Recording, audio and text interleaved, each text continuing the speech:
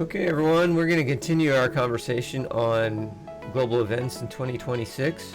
And we're going to be discussing some things about the UN World Government Summit, the UN Parliamentary Meeting, the Munich Security Conference, and the AI Impact Summit. We're going to get through the end of February in this discussion, and we'll also it runs into a lot of the underlying worldviews that are behind the people that are trying to, that are putting these summits on. So I hope that you enjoy this. We'll continue on.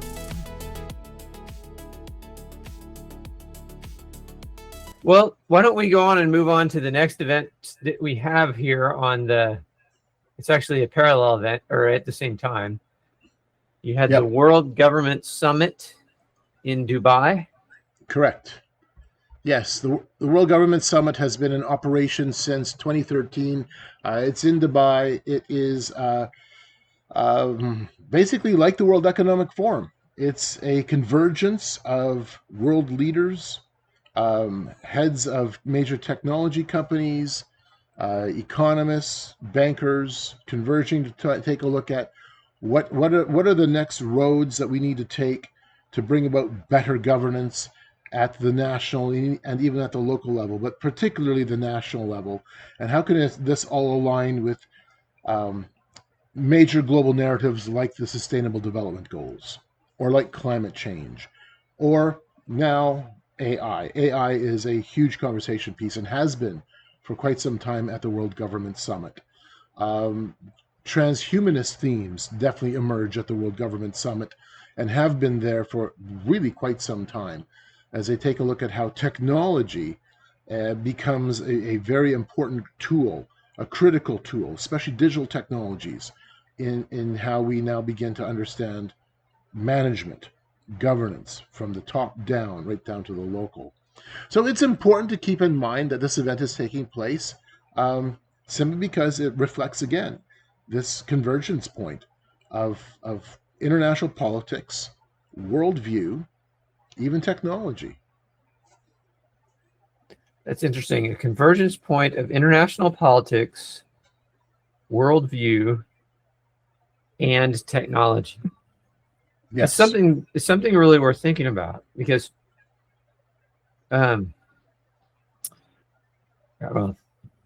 just thinking about the interactions of the way nations are, interplay with one another. Just last month, I think, President Trump allowed the sale of NVIDIA chips to China. And on the one hand, that's a technology thing, and the big concern in American geopolitical circles is that China is going to win the AI race. If China wins the AI race, then all the countries around the world basically will be using China's AI servers to get their to run their factories and to do all the other AI applications that are helpful, rather than American, because the Chinese will be cheaper, and they'll be able to do the same job. And so if China wins the AI race, so like giving them these chips actually helps them, but at the same time, we've gotten to a point where if we don't give them the chips, they're going to come up with the technology themselves, and they're going to develop it. And they may already be on the road to doing that, and maybe giving them the chips gives them an opportunity to reverse engineer the chips. And it's anyway, that in particular, the technology is such an important part of the political side, because, like you said, what is it that binds them together? It's that the technology is a tool that is used for the management, for the managing of things. Right. Well, okay, so you and I sat together at a workshop at Burning Man at Playa Alchemist, where we were being told that right now we're in an AI arms race. and that in essence the ethics of AI kind of goes out the window. And we were listening to Google's former Google ethicist talking about how, in essence, the ethics has to kind of get jettisoned as we're in this mad scramble to to kind of be first on the block to have a globally powerful AI system. And America's racing to that, China's racing to that, India's racing that way. Everybody wants to kind of be, not this. It's not that you're first on the block, but your AI becomes the dominant AI that in essence rules everything. Kind of like Lord of the Rings, one ring to rule them all. It makes me want to go back and watch that. There's the Avengers movie, the one, The Age of Ultron. Okay, I haven't seen it. The Age of Ultron is very interesting because it postulated is the idea that two different AI systems kind of end up in competition with. One is developed by Tony Stark, and I forget how the other one comes out, but the other one spreads itself through interconnectedness throughout the whole world, and the one that's developed by Tony Stark, which becomes the character called Vision, ends up becoming encapsulated in the body of this one superhero. But the whole story is really interesting because the AI actually has this intelligence and the ability to think and reason and strategize and make plans. I interact with AI for asking questions and things from time to time, and I find it very interesting the level of sophistication that the AI is able to communicate and feels like you are communicating with a human. It feels like you're communicating with a human that knows almost everything and can answer any question, but it doesn't initiate conversations with you. Right. Yet. It hasn't gotten to that point. They have not put it into. Now maybe they're getting it, but they haven't. At least the one that on the internet, it doesn't. If I turn it on, it's not just going to start talking to me and asking me how I'm doing. I have to ask it, and it responds. So, really interesting stuff going on with all that.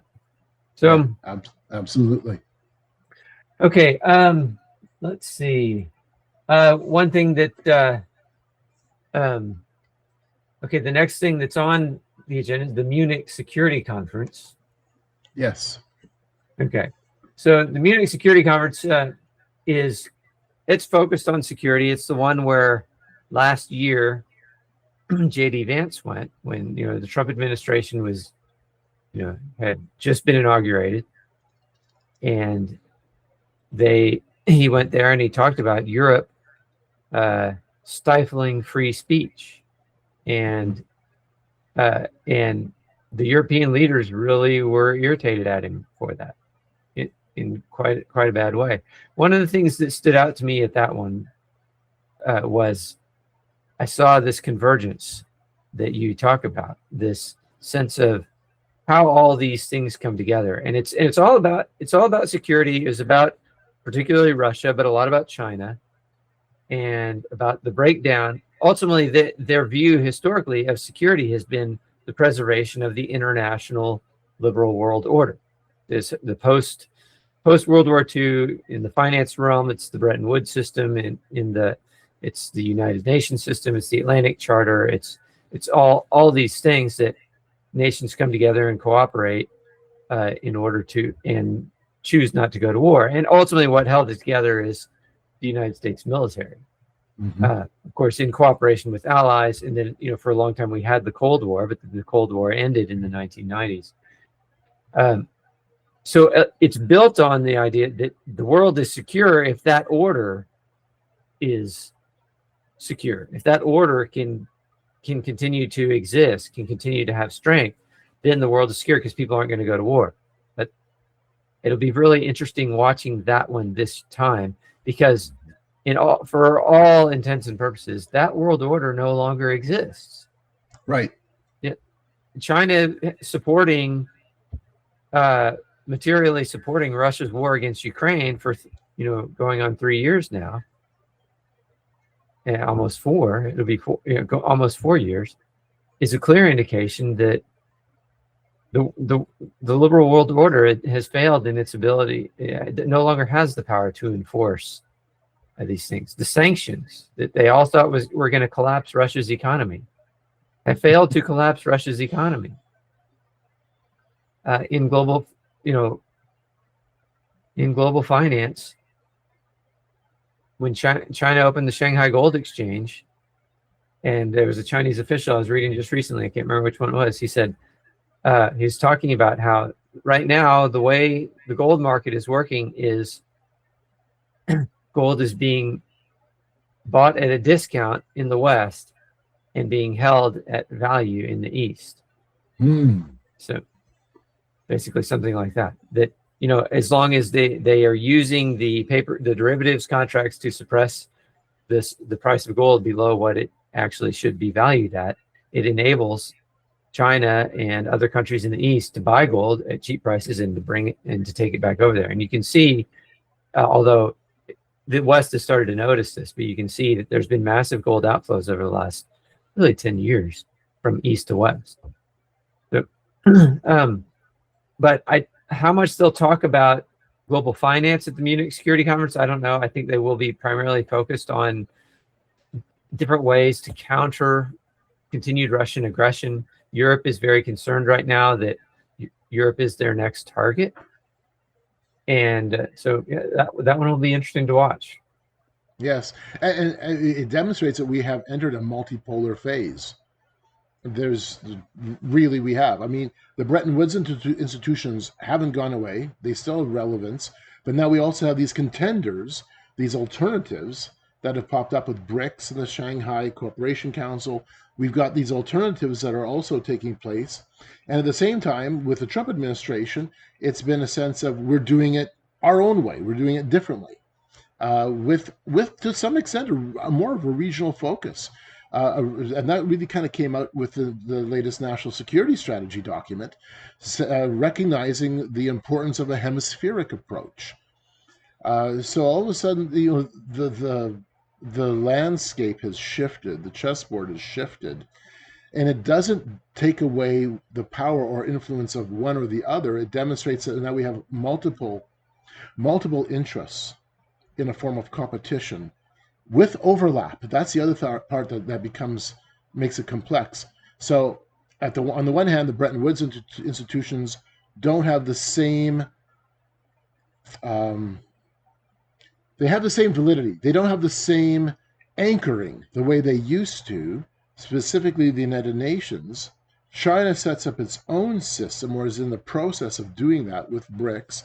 Yet at the same time, China is on the Security Council still. Russia's on the Security Council. And China has made it very clear that we need a global governance built off the United Nations. And so it's like, there's overlapping themes, overlapping competitions, and everybody's playing the game. Whether China actually believes in the United Nations as like the last best hope for mankind, no, I don't think it does. But it plays the game because that's the chessboard to play it on at this point in time. But this is what a multipolar world ends up becoming: a fractured, multiple point of influence, lots of crossover, and it's messy. Until we have something that's going to go kaboom, either a black swan event with, let's say some type of macroeconomic event, or we have another pandemic, or whatever the case may be, or all of a sudden things go really hot between Russia and NATO. And just this last week, we saw drone strikes against Russian shipping in the Black Sea. We see then counter strikes against Turkish vessels in Odessa. And of course, Turkey is NATO. Even though, from what I understand, they weren't flying the Turkey flag, it was still Turkish-based assets. And all of a sudden we're like, this is starting to edge close to Article 5 territory now. So it's like, okay, this is going to have this potentially moves us into some pretty crazy places for 2026. So the Munich Security Conference is going to be fascinating where the conversations go. I would love to be a fly on the wall in the hallways, because as you know and I know, oftentimes it's the hallways where you overhear the conversations, and it's not just simply what's been said at the lectern. It's what's said around the water cooler. Yeah, that's right. Well, yeah, really interesting.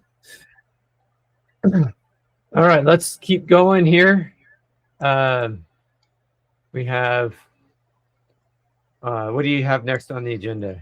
February 12th to the 13th, Parliaments and the United Nations, and this is a parliamentary hearing between the Interparliamentary Union and the UN itself. The Interparliamentary Union is the oldest association of parliamentarians in the world. It's been around since, I believe, the 1890s. And the Interparliamentary Union is a place where, and I'll use it from the American context, you send your congressmen or your senators, because they're parliamentarians, to the Union, and other countries send theirs as well. It's a voluntary association. And for the last 100 plus years, they have been meeting all the time as global parliamentarians to kind of work through how do we work together as diverging countries, how do we work together as parliamentarians within the international framework. And especially since the year 2000 on, the Interparliamentary Union and the United Nations has coordinated more in terms of meetings and forums and dialogues. And so this time, February 12th to the 13th, the Interparliamentary Union is meeting at the United Nations to talk a little bit about the UN's Pact of the Future, or Pact for the Future program, and how the UN's agendas help fit with what national representatives from the Parliamentary Union are engaged with. So in other words, it's bringing national parliamentarians under this umbrella of the Interparliamentary Union to the UN so that there is this cross-pollination of ideas, influence, and then you go home as a parliamentarian, as a congressman, as a member of parliament for, let's say, the UK or Canada or wherever, and you try to land those ideas in your own national context. So it's one of those bridging events between international to federal, international to the national. And there has to be bridging events like this where you send delegates and representatives, and it happens all the time. But this just happens to be just one example for 2026 between the longest running parliamentary association and the UN. Very interesting. Yeah, most people are completely unaware that these kind of things even exist, that they're actually doing these things. Yep. And yep. So, absolutely. But I mean, like, because it's one thing if, to have heads of state get together and talk about things, but when you actually get the people that are, writing and passing the laws and that's, and then they come out when they talk to the executive branch or whatever country they're going to, this is what we talked about. Okay, so this is how we can meet these ideas together, make them work together. Right, and then you have a cross-pollination from parliamentary representative to parliamentary representative, from country to country to country. There is now a second tier level of networking that begins to develop, or that already has developed, where you're strengthening that second tier level of influence. You're right, it's not head of states. These are the elected representatives coming to now talk through what are international narratives. Yeah. Wow. Okay. Yeah. All right. So a lot going on in February. And yeah. See... And this actually fits with how when I develop these calendars, typically it's, and I'll be upfront, it's hard to find the right events to place in the calendar. Really tough. This is like 3 weeks of just grinding work to get 20 events. I could get way more, way more, but they all end up becoming more technical, like super technical. And then to bring this home for a general audience, it's difficult. So you typically find that most of the front half of the year is where the events are listed. And then as the year progresses, all of a sudden you're like, oh man, I missed all of these events in October and November, because when I'm working through what the calendar looks like, it's in November and December of the previous year already. So, there's always things happening that you don't know about until after the fact. Hindsight is 2020. But the next one again, hey, New Delhi, India, February 19th to the 20th is the AI Impact Summit, and I believe this is like series number 3 or 4 of the Impact Summits, and they are an international summit on artificial intelligence. Yes, the first one was held in the UK in 2023, and this year India is hosting it. And I believe the UN's Telecommunications Union is kind of underscores it or is part of it. And from what I gather, that this hosting it in India is really to try to help align the global south with AI for transformation. So that's an interesting angle to it. Where does the global south fit when you're talking about setting management goals for international AI? One thing about this particular event, and I found this on the webpage, is how they frame this in religious language. So it's framed within the language of Hinduism. They have their mantra, and that's how they call it on the webpage. This is their mantra, a time for impact. And then they have 3 sutras: people, planet, and then progress. And then they use the 7 chakras to have 7 points that they want to really hone in on: human capital, inclusion for social empowerment, safe and trusted AI, resilience, innovation, and efficiency, science, and then democratizing AI resources, AI for economic growth and social good.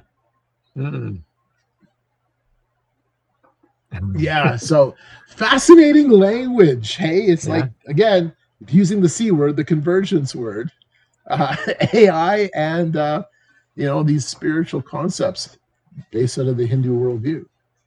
I would imagine that, and I'd be really interested to talk to somebody who is really into Hinduism and thinks about, like, I assume that there's probably like Hindu prophecies that indicate like that Hinduism is going to come and dominate the entire world or things like that. You would expect that, in a major religion. Most of the other major religions have those ideas. I would be very interested to think about how, or to talk to someone who's really into this idea of where India is going, and see if they're like super enthusiastic and excited, believing that the conditions that the world is in right now are really favoring the fulfillment of ultimate Hindu domination and spreading of Hindu ideas all over the whole world. And after all, in 2024 in March, they had that almost month-long celebration, the Mahabkumbh Mela in India, and they do every 12 years, but this was the every 12th 12, every 144 years, when there's a particular alignment of several of the planets according to Hindu cosmology. And this was the largest celebration of any human, the largest human celebration of any kind in the entire history of the world. Over 660 million people went and attended this. So remarkable. Yep. Yeah. So I think we're seeing further development, and of course, we've seen how yoga has infiltrated American society for years, and subtly, and I know people that do yoga that don't really know much about Hinduism, but at least they don't think they do. But I guess in yoga they're actually somehow adopting Hindu ideas in the way they do it. I don't know. I've actually never done yoga, so I can't comment very effectively on that. But It raises an interesting point. I don't know if there's any. You ask a really interesting question, George. Is there any Hindu scripture pointing to some type of prophecy within their own literature of the world becoming Hinduized? At the very least, you could certainly look at the philosophy of oneness, Advaita philosophy, which is the Hindu concept of no separateness, no twoism. Everything is a oneness. Everything has this essential sameness at a cosmic spiritual level. God, man, and nature all being essentially the same, and the world has to come together in this oneness. That would definitely fit in that context. Back in 2015, I was at the Lotus Temple in Utah, about an hour south of Salt Lake City. The Parliament of World Religions had taken place in 2015 in Salt Lake City. And then I traveled south to go visit some friends in central Utah. And I had stopped on the way at the Lotus Temple. And it's kind of wild because you've got this beautiful gleaming Hindu temple in the heart of Mormon country, like the most Mormonized part of Utah, and you've got this big gleaming Hindu edifice. And I pulled in and I spent an afternoon at the temple. And the guru that I talked to, and he, before I could wander the grounds, and he gave me free rein to see whatever I wanted to see, I had to sit down and listen to him give me a little speech for about half an hour. And then he was explaining to me that Hinduism, he says, to the effect of, we are evangelizing the West. And we are evangelizing the West through yoga and the Holi Festival of Colors, the color run, color festivals, because that's also a Hindu tradition. And he says, you're to the effect of, you're not going to join an ashram, but you're all becoming Hindus in spirit. Wow. That's very, very interesting. It was. I'm like, wow. Okay. So, that's from his perspective. I guess it's, every religion wants to spread. Right. No matter, that's normal. I guess where you see something like that is if there's some kind of eschatological idea. It doesn't have to necessarily be a prophecy. Because I think about, the worldviews that are competing for the most influence in the world stage right now. You have the Re-enchantment idea that we're talking about. The eschatological component of that is the belief that if we don't unite and come together, humanity will go extinct. Okay. That's a big part of it. And there's more complicated than that, of course. Then the Chinese idea is a convergence of two ideas, one of which is ancient, the ancient idea that of all under heaven, that China, is destined to, to basically lead the world. And I say lead the world, not rule the world in a sense, because although in the ancient idea, it might have been more rule the world. And that's combined with the Marxist eschatological belief that the proletariat will rise up and rule the world. So that those two ideas are together. And then you have the Muslim belief, which is, those are specific prophetic ideas that the Muslim Messiah will return and force the world everyone to convert to Islam or die. Now in Christianity, we definitely have an eschatological view as well. How do we stand out from those others? It's the city of God. It's the issue of all those others incorporate the love of self, the love of man's pride, man's desire, man's ability to achieve it through man's actions. Christianity is based on the love of God, not the love of self, and it depends on God in His own time frame doing it. Right. That, George, I think is probably the most important component. And this is going to rub against certain lines of thinking within Christianity, that we can somehow usher in heaven on earth. This is the difference. Biblical Christianity does not usher in heaven on earth. We're waiting for Jesus Christ to do that. We're not going to do it. I'm not going to Christianize the world and somehow magically create conditions in which the world will now all shift into this glorious utopia, heaven on earth. We don't do that. And you and I both know that there are Christians who are pushing for that we want to build heaven on earth. We want to create the conditions, so the conditions are just right, so Christ has to come. No, Christ will come on his own timing. And it's not going to be predicated on what the Christians, what I do or what you do. It's his domain and his domain alone. So I view the Christian eschatology, that perspective of creating that final heaven on earth situation from the perspective of Jesus is the one who does it. And that's one of the separating points between all other eschatologies is we have God himself returning to earth, God himself entering into man's sphere, not man building it and then he comes, or man thinking he's going to be it. That's right. You're right. It is the difference between the city of man and the city of God. Which is it? But Christianity absolutely has that eschatological point of view. We have an endpoint perspective. We understand that there's going to be, at some point, a culmination of history. And so, we're moving towards that. And every religion and even non-religious movements, secular ideologies, and you're absolutely correct with Marxism, has, every one of them has some type of a component as well, or a flavoring of sorts. And you're like, all right, okay. That tells me that we can't get away from this idea, because obviously it's something is written in our hearts to that effect. Oh, wow. Yeah. Okay.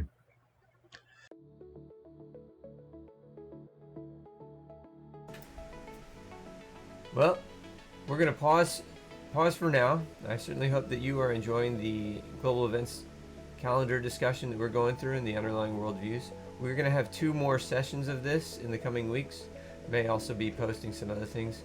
Please like and subscribe to our podcast or our YouTube channel, either one. And we hope that this is meaningful and helpful for your understanding and knowing what God is doing in the days, weeks, months, years ahead.